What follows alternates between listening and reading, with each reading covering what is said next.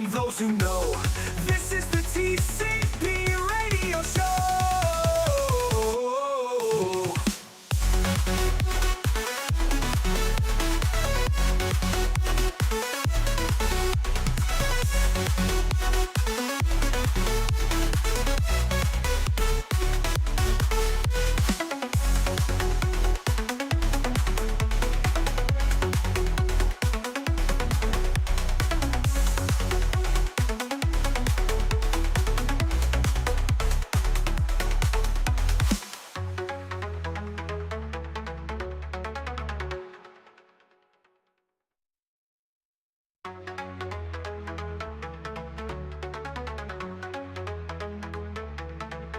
Hey, the cyber people are on the air. For digital safety, we're showing you where. Cybersecurity starts with cyber sense, it's key. Join the conversation, come learn with me. The TCP radio show, let's go. Knowledge and answers, watch them grow. Hear what you need from those who know. This is the TCP radio show.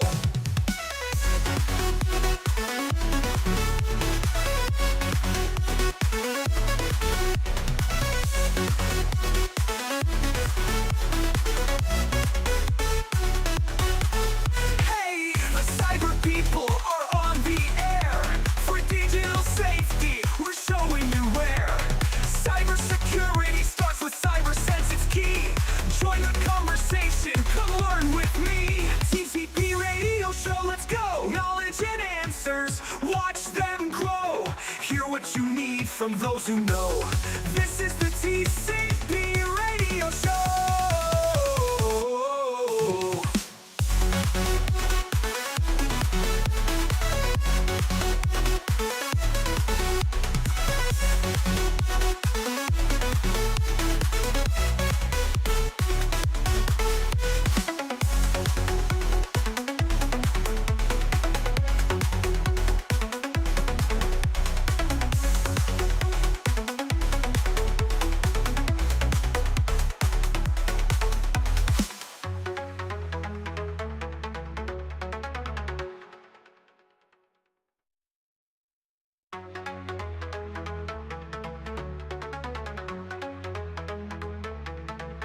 Hey, the cyber people are on the air.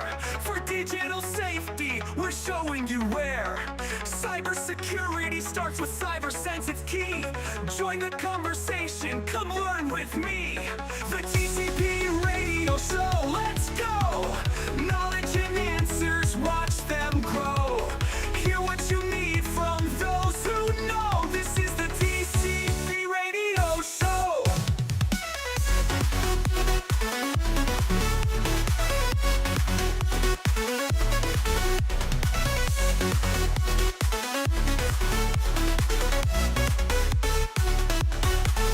Hey, the cyber people are on the air.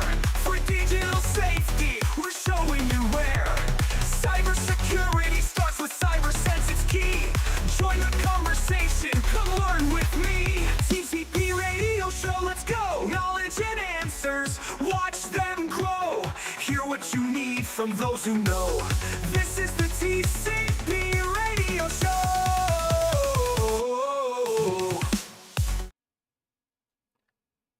Hello and good evening and welcome. My name is Clifford from the Cyber People, and I'm thrilled to be here with you tonight for this very special live stream.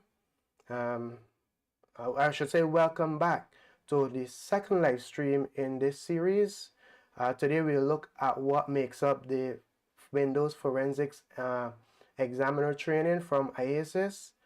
This is in preparation for the training and certification for the same for the training, and we look into what's involved in the training, some of the stuff that make up the components that make up the training, as well as what to expect. This training will be offered at the upcoming 2026 Caribbean Digital Forensics and Cybersecurity Summit, and we are live from Barbados. Before we dive in, let me just go through some quick housekeeping matters, some housekeeping rules for our stream tonight, just to make sure that, you know, we're all able to communicate with each other, your questions, your comments are not missed, and that you know why we do certain things. To ensure a valuable and engaging discussion for everyone, we're using subscriber-only chat. This allows us to help cut down on the amount of spam and bots that, and allow for a more meaningful interaction. You might also notice a slight delay in the chat, and that is for the same reason as well. This keeps things smooth and secure. As the producer and the moderator for this session, we also have some fantastic moderators in the for this live stream who will be able to take your questions and your comments and highlight them to our guests and our guest hosts.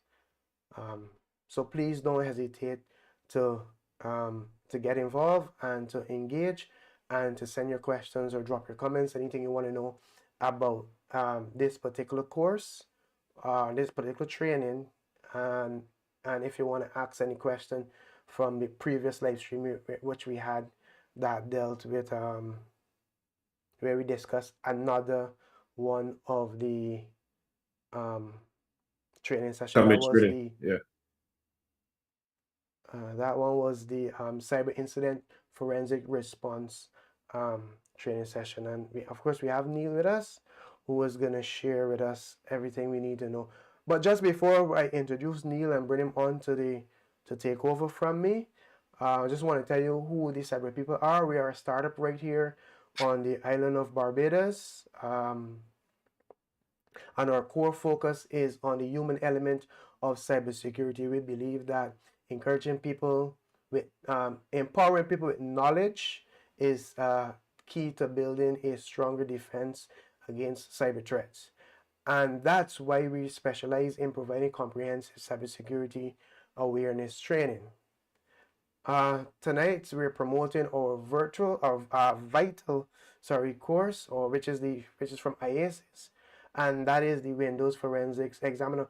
And Neil, quick question for you: is there an advanced version to this training as well, or we're just offering the Windows Forensics Examiner certification? Oh, sorry. Good night to all. Good night to all. Thanks again, cyber people, for putting this together. To answer your question, Clifford, is the course is going to be changed to the Advanced Windows Forensics Evidence. So it's going to be combining the basic and the advanced together. Okay. So this is something new coming for 2026 by IACIS. Okay, perfect, great. And again, this training is scheduled to commence in August 2026 as part of the Caribbean Digital Forensics and Cybersecurity Summit. This is an incredible opportunity to gain critical skills in a rapid evolving field. You can find more information about this specific training at the link we've provided. The link is, I'll put the link in the chat, and it's also a part of this stream description. For anyone interested in getting more information about the training and to receive a notification when registration is officially open, which is going to be done at a later date, we have a pre-registration link that I'm going to also place that in the chat, but you can also find that in the description. So please fill out the registration link. On that link, you'll find a list of all of the courses or all of the training that's going to be provided by IACIS in August 2026.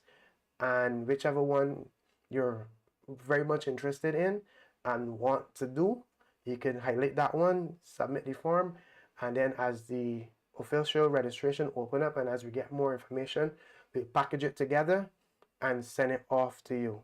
So again, introducing, a while ago you heard from Neil Hinds.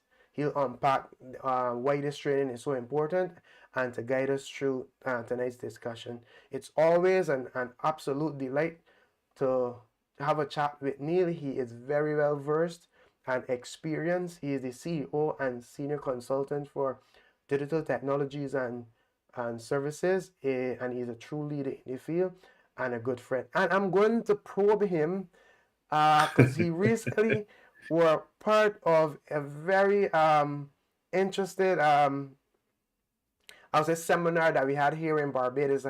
I didn't have a chance to go to it, but I would like to get his insight before we go into the actual discussion for tonight. So Neil, tell us, how was that session? Just, just a little Session has bit. been postponed. The session was postponed to next week. So Oh. so it's next week. So you still have a chance to come. All right, no problem, no problem. Sound like a plan. Sounds like a plan indeed. And let me just switch things up here so I can. Well, if that's the case, well then, I have a few questions to ask about this particular course, but this particular training session. But before I do that, I'll just let you go ahead, take over, and let just set the groundwork for this particular training. Perfect. Good night once again to all. It's always great to be here with these cyber people. They are doing tremendous work in the Caribbean, and I implore them, and I also support every initiative that they have come up with. Even I'm constantly checking LinkedIn, and they're also posting those do's and don'ts. And I mean, that is phenomenal to get out to the general public. And this is one of the things that we want to put together, not only for the Digital Forensics and Cybersecurity Summit coming up in 2026 in August in Barbados, but for the general public, to understand that every single person have a key role to play in preventing some of these threats that are infiltrating our systems, infiltrating our businesses, infiltrating our personal systems at home. I mean, it's so much that we can do as just one individual, but we're not knowledge. We're not fully equipped with the knowledge. So these is one of the things that we are coming together to help guide you into the future in this evolving field of digital forensics and cybersecurity. And when I say the future in this evolving field is, we have different flavors or different disciplines within the cybersecurity and digital forensics. And we have to understand that not only from creating policies and implementations and doing threat analysis, which falls under the general GRC rule, governance, risk management, and compliance. You also have to look at finding the threat actors who are continuously working around the clock to infiltrate systems to obtain those inviolable data sets to hold us ransom. So if we have the governance in place, we have the risk management that we're looking at, and we have the compliance, all well and good.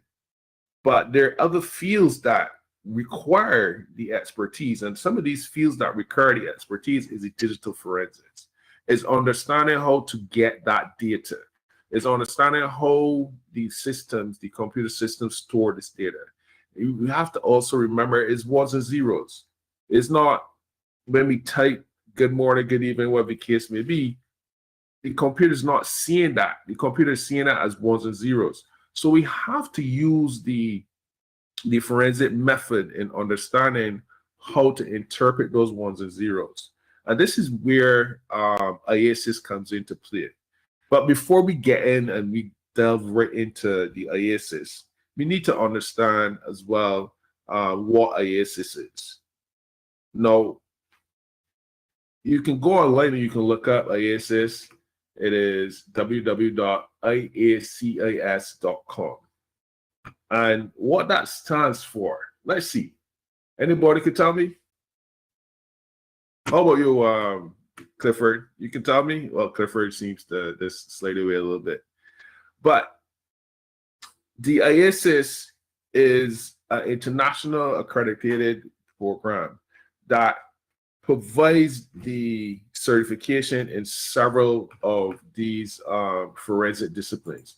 And if you go to their training website, you will see that they have a host of training from advanced mobile device. You have basic computer forensics examiner. You have a cyber incident response, forensic response, which we spoke about last week. They have several trainings that you can take, and it's all certified. It's all certified. So your certification is also, and this is something that you need to really comprehend. It is one of the most sought programs in the United States by law enforcement entities around the world. So in the 50 states, this is one of the most sought courses that you can, that's being sought by law enforcement. It is also sought by private sector. So because you may not be law enforcement, there is scope for you within the private sector that you can take these courses. There's one little caveat to it. And as you know, threat actors are going to try to find out how, where, and when, and how we're doing these investigations.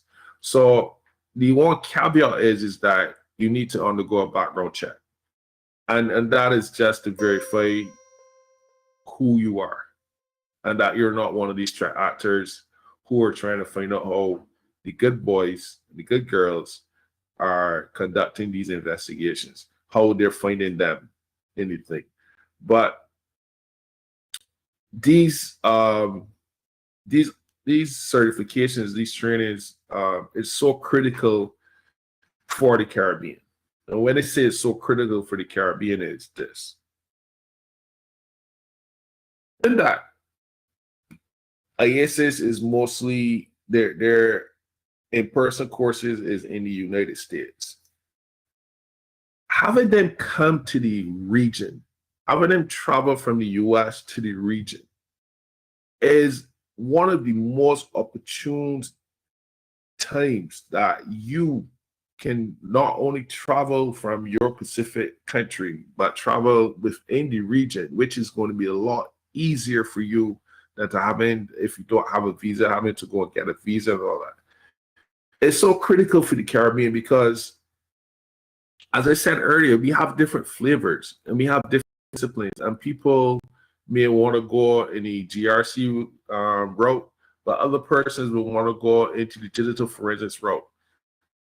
And having that capability come to the Caribbean is so tremendous.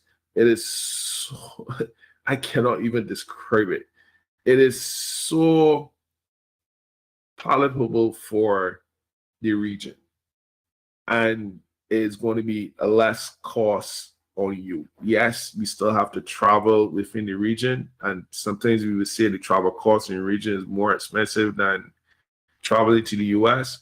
But look at it from this point of view. We are trying to build capacity in the region.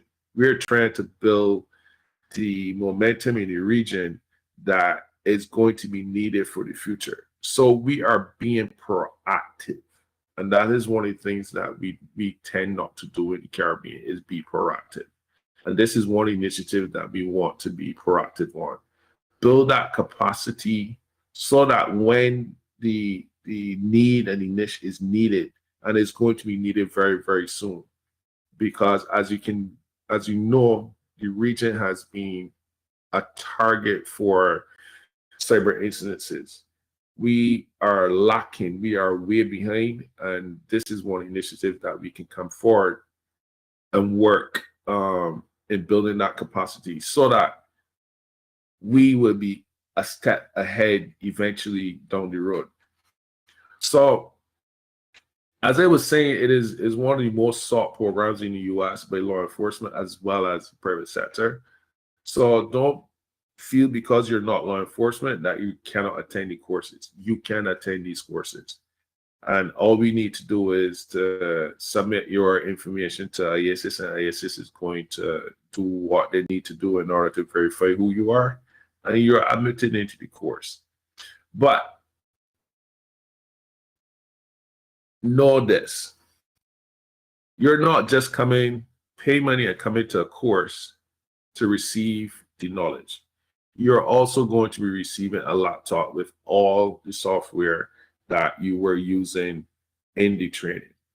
So they're not only going to train you for that 1 week in this particular course until you go home, do your exam, and that's it. They're going to continuously working with you. They're going to be sending you different sets, different data sets for you to continue working the problems and working to find the evidence, the artifacts, etc., so that you become competent, not just a 1-week course. You're going to become competent so that when you take up your resume and you send it to a business space that is looking for a digital forensic analyst, you're able to say that you are not only have the skill sets, but you're competent in finding those artifacts. You're competent in looking for the specific artifact in a specific file folder, or looking for the artifact and understanding how the ones and zeros was calculated to be stored in this specific folder. You're going to be looking at logs. You'll be able to find, okay, I need to look at these specific logs for a specific incident. These are the type of things that you're going to be competent with. And why we need to be competent in this is because of this. Look, we have vendor-based software, Magnet Forensics, Oxygen Forensics, and the Tego Global, and some of the other Celebrate, some of the other forensic tools, FTK, Access Data, etc. Those are vendor-based tools. They are going to take the data sets, they're going to break it down, and they're going to take all those ones and zeros and turn them into user-friendly data sets that is laid out for you in a way that you can understand it and comprehend it. But how did that specific software did it? How was it achieved? How was it turned from ones and zeros to what you're seeing in those forensic tools? This is where IACIS comes into play. IACIS is going to tell you and give you how those ones and zeros was translated into readable data. That's point number one. Because you need to know how that was achieved for you to give that evidence either in a court of law or to your management, because it may be a case of an insider threat. So you will have to show how is that person who was working in that specific business environment was able to implement or attack the system from inside. You just can't say, okay, John Brown, we know for a fact John Brown planted infection via USB because it was inserted into his system. How do we know for a fact that it was John Brown who inserted that specific flash drive into the system? Yes, the forensics tool is going to tell you when and where and how that flash drive was inserted, which port it was inserted into, and who accessed the system under which password or login credential. Yes, the forensic tool is going to give you that. But how can you independently verify that that artifact is in truth and fact was the one that John Brown would have inserted into that system? And this is where the nuts and bolts come into play with IACIS. IACIS is going to allow you to independently verify the artifacts. Hence, evidence that was forensically extracted from the system. That's point number one. And this is very, very critical to understand, is that you need to independently verify. Because I can take 3 different tools that's going to be give me 3 different sets of artifacts, which are all correct, but it depends on the algorithm and it depends on how that data was translated by the forensics tool. So you being able to independently verify those ones and zeros is going to be step number 1, very critical. So IACIS training is going to allow you not only to get those ones and zeros translated independently, but it allows you to for a deeper exploration of the underlying subject matter. And when I say the deeper exploration, we're talking about this. John Brown walks in to the system, insert the flash drive, executed the program. Now, the deeper exploration is going to be able to tell you when that program is executed, where it went to, the route it took. That is a deeper exploration, because you just cannot come out and say, okay, John Brown inserted and he executed the program and that's it. You need to understand the deeper exploration. You need to know where all of that executable files went, where it attacked, so that you're not only pinning John Brown to the incident, but you're also allowing your management and you're allowing the system managers to understand, we need to go and we need to clean this part of the system. We need to go into the registry. We need to clean out the registry of this infected file, every case may be. So that is the deeper exploration part of it. And that is how you're going to also assist the management in knowing how to protect that system in the future, how to protect persons from inserting their own devices into a computer system, which comes back now into the GRC. So you see how it ties in. It ties in from the point where you're the digital forensic analyst. You're seeing what is occurring. You're going to report, and then management is going to be able to look at their GRC rules and say, okay, we need to create a different policy, or we need to strengthen our policy in order to prevent this again from happening. Because at the end of the day, we need to not only get rid of John Brown, but we also need to continuously work on protecting our system. So, so that deeper exploration, as I said, is assisting in underlying the subject matter that might be afforded in other programs, which are then designed to complete a particular task or view that extracted artifact for that particular artifact, or for other artifacts that you may uncover. So the other artifacts that you may uncover is the date and time, which is critical for when you're putting together your case. Is your date and time. When was it inserted? When was it executed? Because John Brown can say, well, I was not at the office at a specific time. But then your other artifacts that you're looking at is the login credentials. So that is another artifact that's going to tie that person to that specific incident, because he's using his login credentials. Let's forbid he may have used someone else's login credentials, but that other person that he may have used may not have been at work at that specific time. So then you kind of negate what John Brown was saying, that he was not there, or he didn't use his login credentials, or he didn't use the other person's login credentials. So all those artifacts are found within the Windows system, Windows and Linux systems. So you need to know within when you're doing this training, you need to know how to find those artifacts, how to interpret those artifacts from ones and zeros, and not how they're user-friendly displayed in these forensic tools.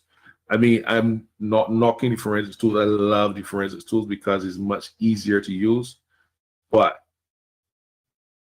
as an examiner and as a certified specialist, you need to know the very, very basics. And this very basics is those ones and zeros translated and how they're done. So the program also is designed to build and expand the student, existing forensic knowledge and skill sets. No, I'll be upfront. It is not an entry-level class. It is not an entry-level class. There are prerequisites that you can find on the same IACIS website. But if you don't have those prerequisites, but you have a knowledge, you have the understanding, there's a possibility that IACIS will allow you to take the AWFE, which is the Advanced Windows Forensics course. But do not let that get you down because it's not an entry level. We have other courses that that you can take. I think I would have sent it to Clifford. Yeah, we do have a few others. You mean as prerequisites or that we're offering 2026? The prerequisites. I think I sent you the bluecape.security.com courses. You can put that in the chat. I can send it to you again if you want. Yeah. But these are coming with some free courses that you can take, which can help you with as a prerequisite for the AWFE. But again, what we were saying earlier is the understanding how computers communicate and how data is stored is very, very critical and important if you're going into the digital forensics field. I know we have some people that are very keen on the GRC, but I've been receiving calls from other persons saying, "Hey, Neil, how do I transition into digital forensics? How do I transition into cyber incidents and response?" Because I was taught GRC, and I tell them, listen, first you need to know what you really want in this field, because again, there's several different flavors. There's, as I said, the GRC, the governance, the risk management, and the compliance. Those three alone, you can work on developing policies. So developing policies is going to require you to know what threats are out there, how these threat actors are infiltrating systems, so that you can create a policy for those threats. So that in itself is a wide range there. Your risk management, again, how are you going to assess your risks and managing that risk for a company? And then the compliance. The compliance is what are you going to institute to comply with the governance aspect, to work against the risks. Because at any day, we have to understand that if we can decrease the risk, we increase our profits. So those three components in itself is a different area. But digital forensics and cyber incidents response is something that if you're going to be interested in, you have to have patience. It is not going to be push button.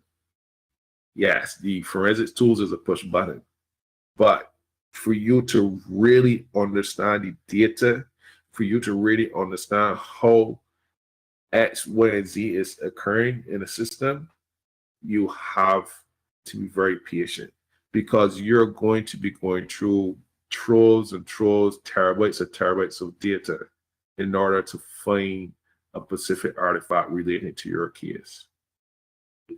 You can write algorithms, you can write programs, you can write search techniques for you to find a specific artifact. Yes. But when you find that, you have to be able to say where it is exactly stored, how it was exactly stored. So you have to know how to interpret those ones and zeros. You have to look at your registry files. You have to look at your log files. So that's why I say you have to be very, very patient. And you have to be very indigenous in finding and understanding this. So with that said, I mean, if you have any questions right now, Clifford, we can take some questions. But I just wanted people to understand that this course is part and parcel of a bigger opportunity and a bigger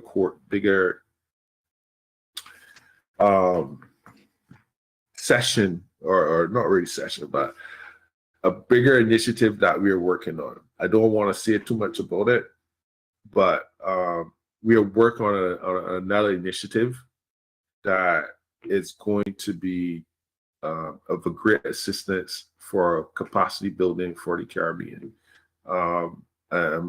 Next, I know you asked about the conference that we had that was supposed to be last week, which is postponed to next week. At that summit, we are hoping to pitch our idea to see if we can get some investment funding so that we can fully outline the initiative that we're working on. I'm trying hard not to. Yes, I know. Give too much or get too much. Yes. but it's something. It's sometimes it gives me goosebumps. I actually talked to some person who we are very interested in bringing on board the other day, and he was like, "Whoa, this is great. You're giving me goosebumps." And I won't call his name because he's not here, so I won't call his name. But he was saying this is something that is going to be great for the Caribbean. I love it. I'm feeling it. I tell you, if I had the money today, I would even bother to pitch this at an investment forum. I would just put all of my money into it and build it out and work it. But this bigger initiative that we are coming with is going to help the Caribbean. It's going to help channel each student or each participant, each person that is in this field in the direction that they want to go in. Not the direction that they're only trained on, but the direction that where their passion is. Because digital forensics and cyber security is a passion. You have to have this passion to be in this field, because you're going to be working day in, day out, sometimes just having a cup of tea. If you're really passionate and you really want to find those artifacts, or you really want to create that coherent policy. So Yeah. it's coming. It's coming. Yeah, I do have some questions for you, circling back a little bit about the training itself. Well, most of the questions that I would have prepared were for the Windows Forensics Examiner training, as opposed to the advanced one, which I assuming they will have a little bit more components to it for persons that are a little bit more seasoned. But what's the duration for a course like this, a training session like this? Because persons will want to know, like, if they travel to come to Barbados, like how long they need to be here for on the ground, and different stuff like that. So you anticipate a training session like this to last for like a couple days, a week?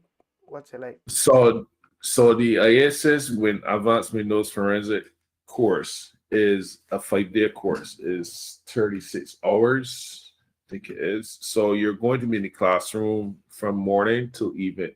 Let me just pull up the information here for you guys. Just 1 second. Yeah.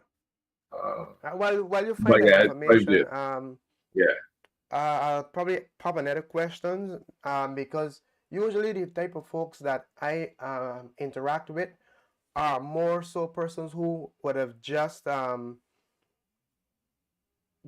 into the field of cybersecurity, and I do have a few friends who are interested in digital forensics and who have begun, I guess, their journey or even looking into that direction.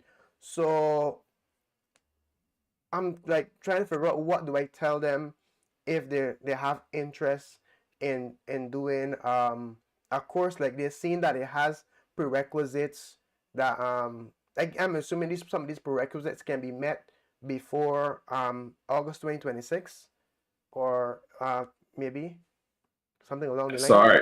So let me circle back to the course first. The Windows Forensic Examiner course Yeah. is 5 days. It's going to be 36 hours in the classroom with your laptop, which will be provided with software. Mm-hmm. However, although the course is 5 days, you're not dumped after 5 days.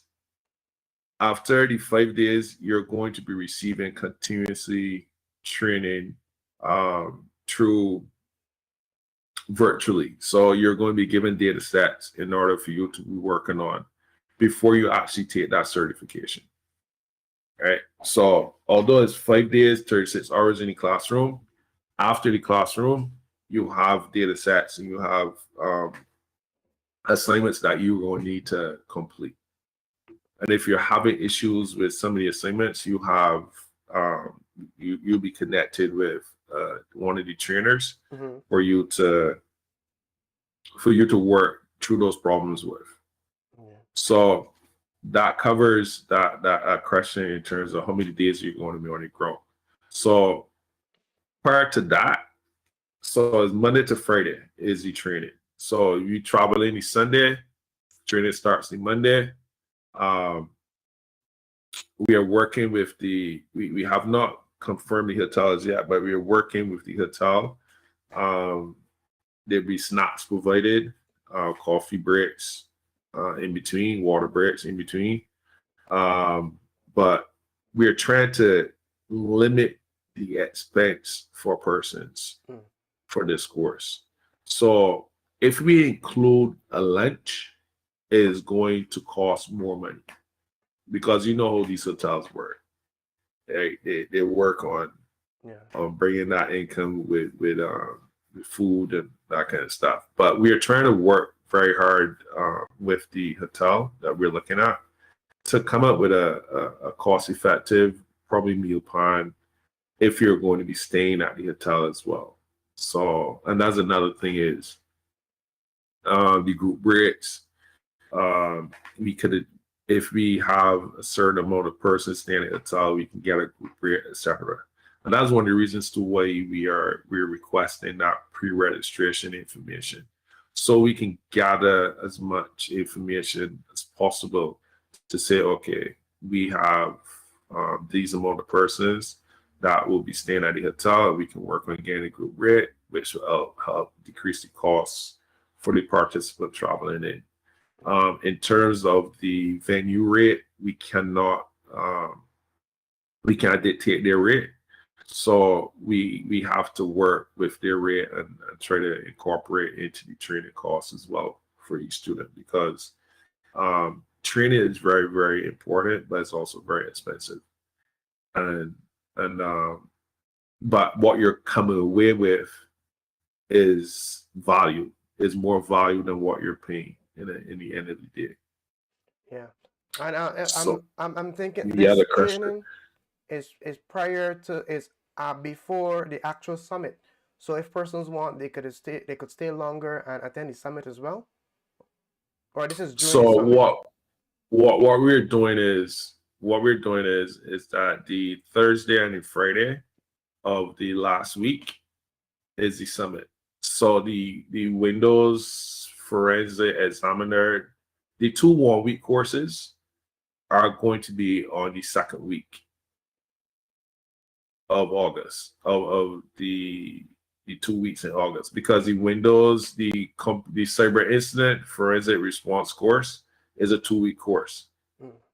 So that's going to start the week prior to the summit week, if you get where I'm coming from. Yeah. So yeah, persons will be able to be there for the summit and be able to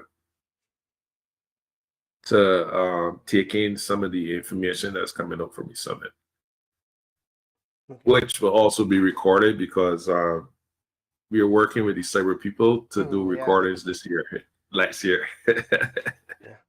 So to answer your other question, or Clifford, in terms of how persons can delve into digital forensics, I think that was the question you asked, correct? Yeah, but you got persons who know into the world of cybersecurity and maybe looking to go down the path of digital forensics and be like, oh, you know what, this stumble upon this course as one of their first step after doing the preliminary course to get into the industry. For example, some of my colleagues would have done the Security Plus from CompTIA and be looking to see, you know, oh, well, maybe IACIS, this training is the next step, or is there something in between there, or maybe, so those are the type of persons that I usually have within my circle, persons who are new to the industry, but have passion for different areas, including digital forensics. So, yeah. So first thing first, you have to have that passion. You have to have the passion that you want to find out the who, what, where, and when. That is fact number one. If you want to know who, what, where, and when, digital forensics is the direction you should take. Now, to go in that direction, you first have to know how is that specific evidence obtained. So the very basic is the identification and seizure of that specific evidence. So that's the first course that you should take, is to identify, know how is processed and seized, and how it's processed in the digital forensics world, and then you can go into the analysis.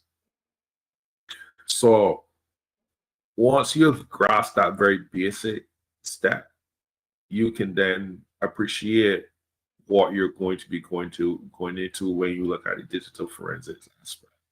That's going into looking at the ones and zeros and translating them into readable data. So your passion has to be there because, again, as I said earlier, is patience. You just cannot jump to a conclusion. You have to back that conclusion up with your analysis. So going into that field of digital forensics, you need to have that passion.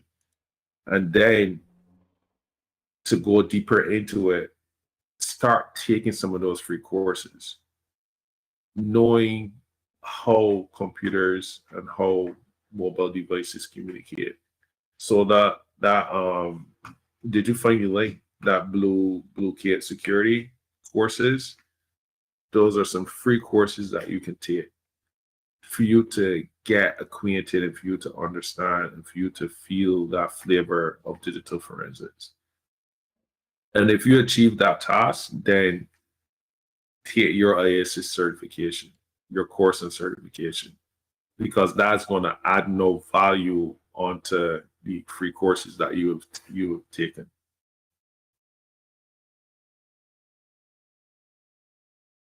Okay, great. Like, during your presentation, you would have answered most of the questions that I would have generated for you. So what I'm gonna have to do now is circle again and ask you more questions about this summit, because I'm sure someone would stumble upon this video on this stream and probably want to know more about the Caribbean Digital Forensics and Cybersecurity Summit. So we're gonna, sidetrack a little bit and go down a little narrow road, just for you to share a little bit behind the whole CDFC summit. Okay, so the summit is to bring digital forensics and cybersecurity professionals under one roof. The goal is to build capacity and build the understanding that IT and cybersecurity is two different fields. Businesses need to understand that IT has their role to play. Cybersecurity professionals, digital forensics professionals have their role to play. They all interconnect at some point in time, yes, but they're two different roles. So the summit is ready to bring all the professionals and all the persons who are looking to become professionals in the field to get an understanding of the current threats, how certain threats are affecting the Caribbean region, and then how we can mitigate those threats, and how we can prevent those threats from happening. And some of those threats that we can prevent from happening is building capacity, building knowledge, building understanding. So we are bringing industry leaders from the US and from other areas to not only bring their knowledge and their skill sets, but provide solutions. So having that conglomerate of persons in the Caribbean again, pulling away from their busy schedules and giving you that opportunity to interact and network is going to help you again personally, because when we look at this whole problem, we have to look at it from a personal point of view. And persons are not aware of how it is affecting them personally. And I think when we get to that point where we understand how it's affecting us personally, we have a better appreciation of what we can do as a person and then as a team to help prevent these attacks, help prevent these threats from working against us, because financially is going to affect us. And when I say financially, we may not see it right in front of us at that point in time. But if a company continuously getting hit and they're not protecting, or they're not putting systems in place, or they're not understanding the different threat actors and understanding the different dynamics in cybersecurity, it's going to come back on the consumer, because the insurances that they're paying for are going to tell them, listen, we paid up too much money in insurance. So a business is a business for a company is in business to succeed and be profitable, right? But if they keep paying up money, where that money is going to come from? The consumer. So prices are going to go up. And if prices go up, at the end of the day, you want the specific product or service. So you can pay for it. So it affects you personally. And that is where people need to understand and comprehend. It is going to affect you personally. So the summit is bringing persons, bringing the industry leaders, bringing magnets forensics, oxygen forensics, the Diego Global. We're working with another company. I don't want to say it yet because we still working with them. Cybervox and some other companies that we bring in. They're coming. They're coming to give their knowledge, to give how things work in other areas. Like I spent 9 months in Bangladesh building 4 cyber digital forensics units. Is the kind of expertise that we are bringing to the table for the Caribbean.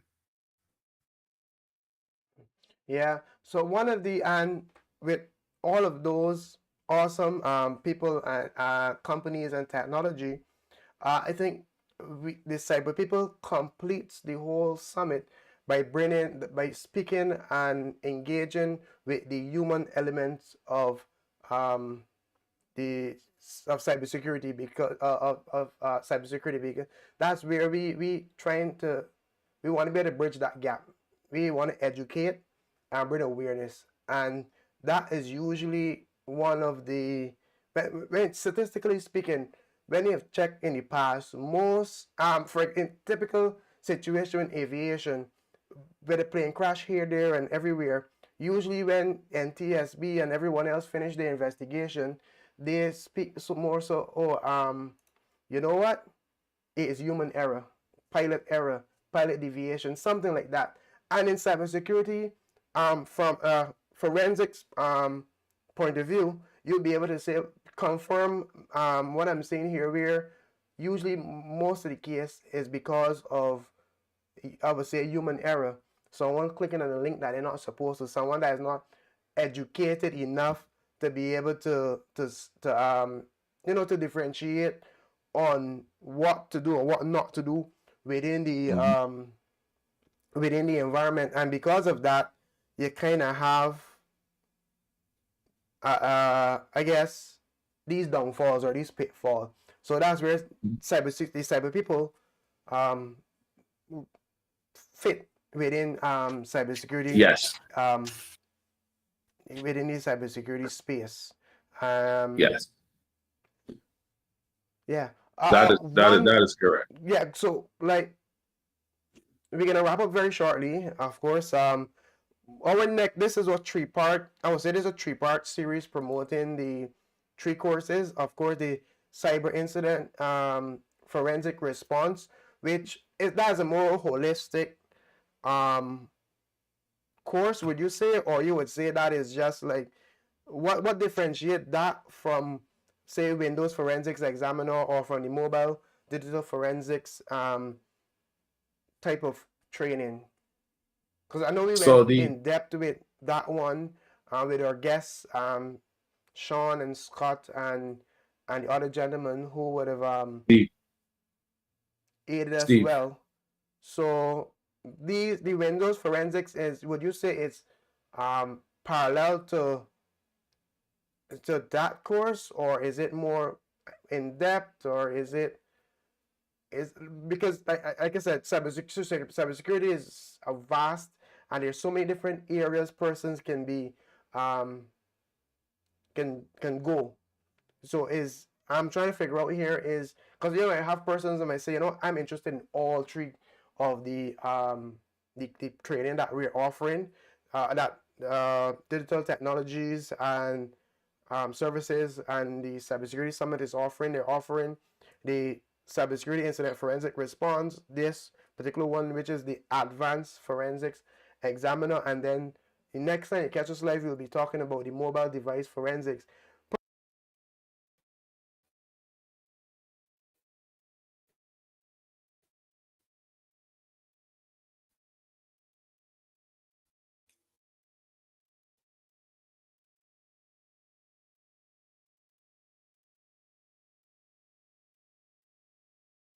You cut out your yeah, we can't hear you.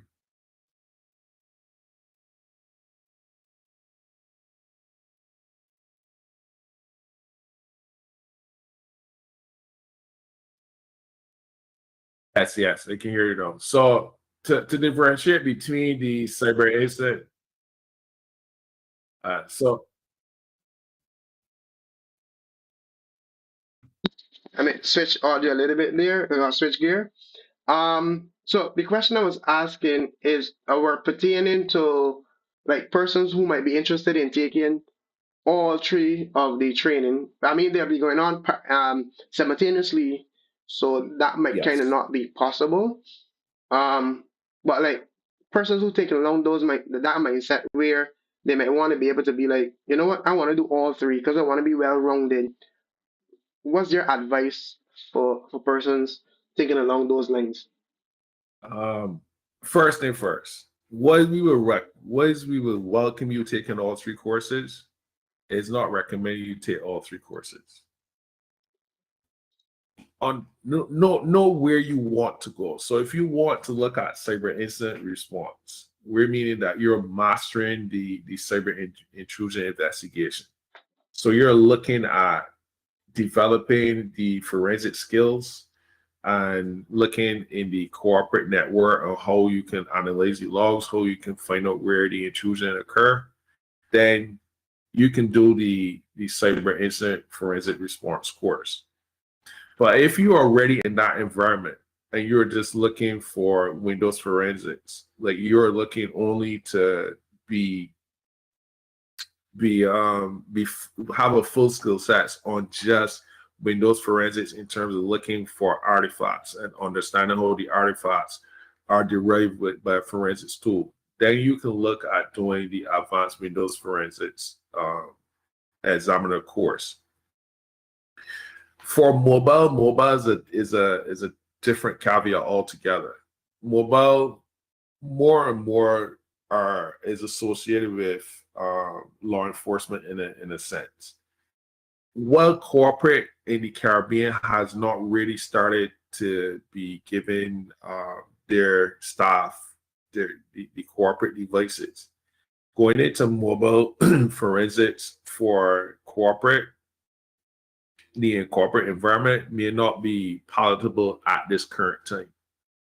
Eventually, yes, down the road.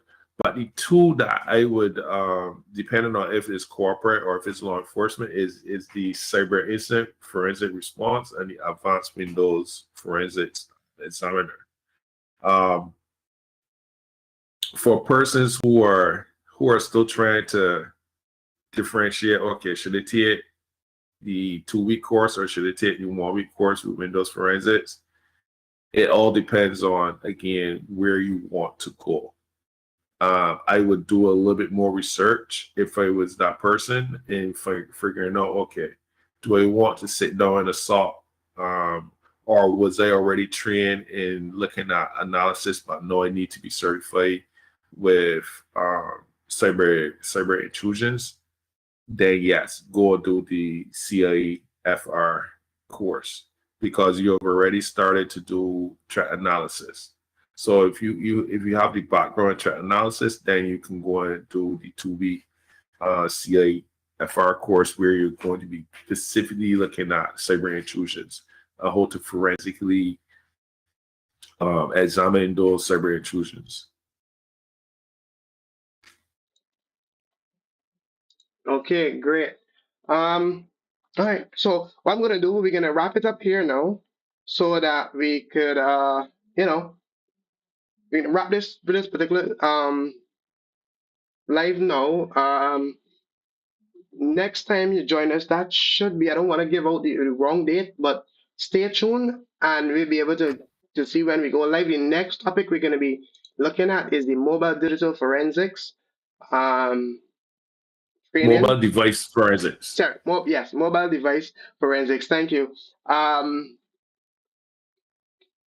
Don't forget, if you are interested in any of these particular training session, you could pre-register. Now, how the pre-registration link works is that you just provide us with some contact details and indicate which course you are interested, which training session or which examination, which certification, I should say, you're interested in.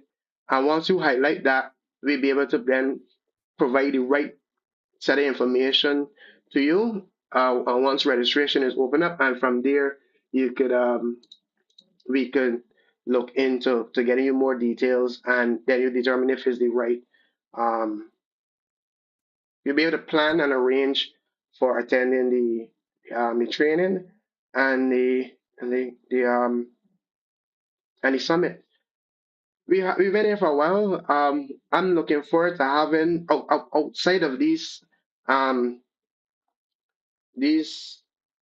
special series where we deep dive and we speak about what to expect, and we're here to answer questions on what's not for these particular training. I think we need to have, like, probably another few live sessions, giving persons an opportunity as we get closer to the next year and to the summit, in case persons may have, especially when we open registration, we probably jump back on for a couple hours, or a couple hours, but we jump on back for about an hour and we'll be able to answer any follow-up questions that persons may have. You could leave any questions you have in the comments for any one of these particular stream, and we'll be able to be sure to either address it in a subsequent live stream, one of our Cyber Scene podcasts, or any of our monthly webinar, which is something that we're working on to be able to, have more open communication and bridge the gap. Apart from that, anything that you want to drop in there, Neil, before you go? I just dropped the link for the Blue Cape security courses. Mhm. Those are some very tremendous free courses that you can take. There are a couple others that we can also send them, but this Blue Cape security course. I mean, they're very, very good. Okay. Well, yeah, I'll put those links in the description, or I'll pin it in a comment. For persons that are here and for persons who are going to watch after. Apart from that, it's always a pleasure to have a conversation with you. I am looking forward, and this is a sneak peek, to when we can have more open forum, just sit down and chat about different digital forensics products, different techniques, different training, and just so persons can kind of get some insight from your years of experience, and also, of course, sharing our thoughts and what's not on in the whole cybersecurity and digital forensic stuff. Um, Good stuff is coming soon from the cyber people.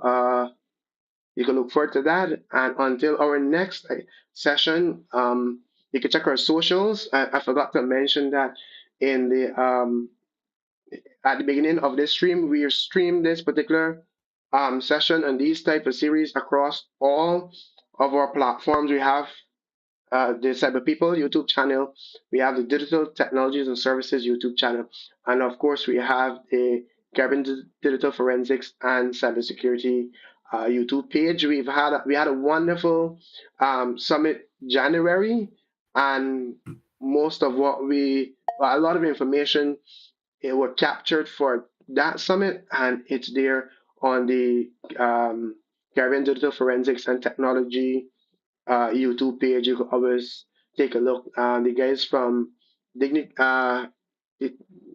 Ditego, sorry if I messed up the name, and some of Diego. the other folks were there, and we had a wonderful, wonderful time. Apart from that, I will say until the next time, thank you for joining us, and I will see you in the next one. Cliff.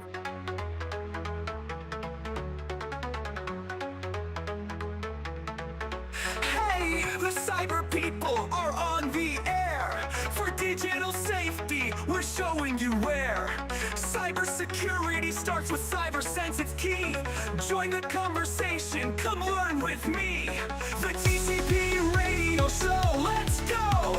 Knowledge and answers, watch them grow. Hear what you need from those who know. This is the TCP radio show.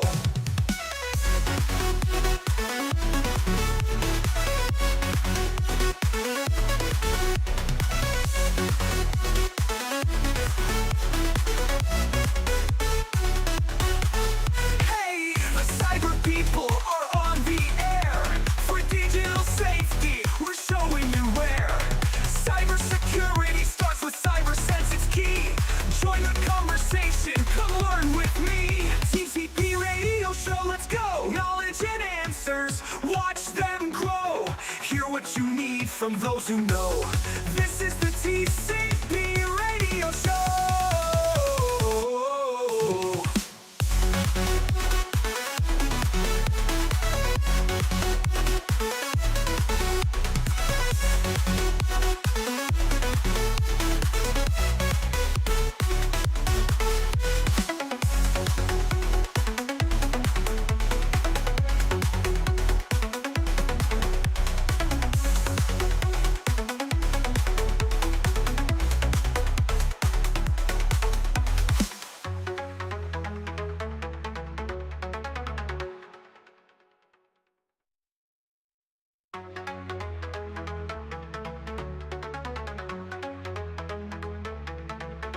Hey, the cyber people are on the air. For digital safety, we're showing you where.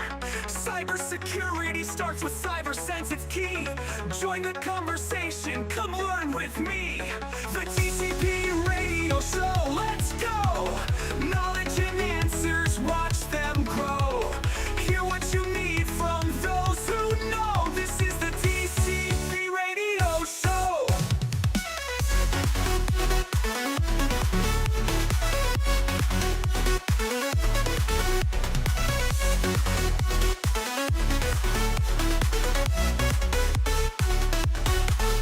Hey, the cyber people are on the air.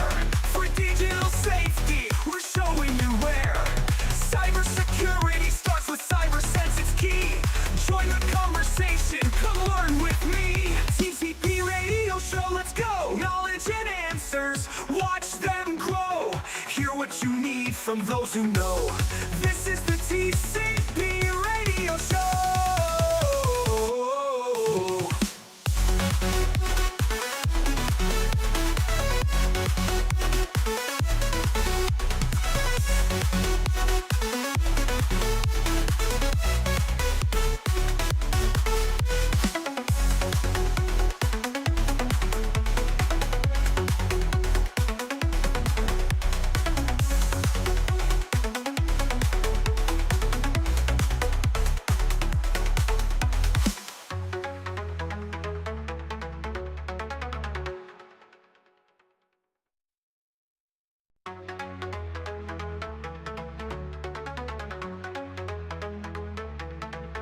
Hey, the cyber people are on the air.